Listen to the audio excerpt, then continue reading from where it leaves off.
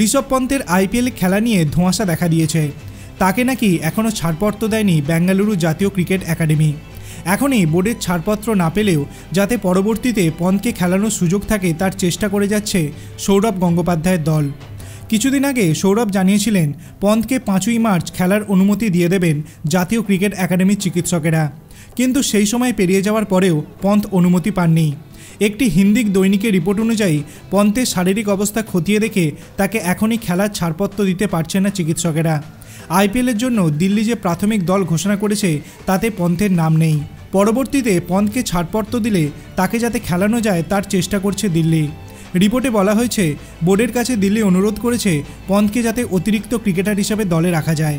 তাতে যদি পরবর্তীতে ছাড়পত্র পাওয়া যায় তখনই পন্থকে দলে নিয়ে আসা যাবে।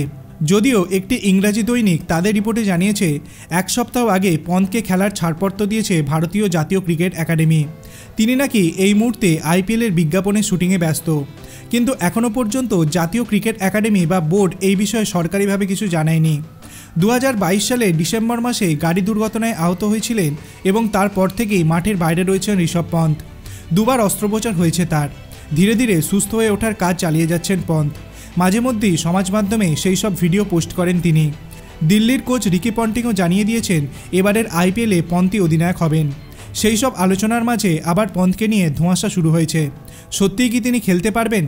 আপনার কি মনে হয় সত্যিই কি 2024 আইপিএলে ঋষভ পন্থকে দেখা যাবে? আপনার অভিমত আপনি কমেন্ট সেকশনে জানাতে পারেন। ভিডিওটি ভালো লাগলে লাইক করবেন, চ্যানেলটিকে সাবস্ক্রাইব করতে ভুলবেন না। ধন্যবাদ।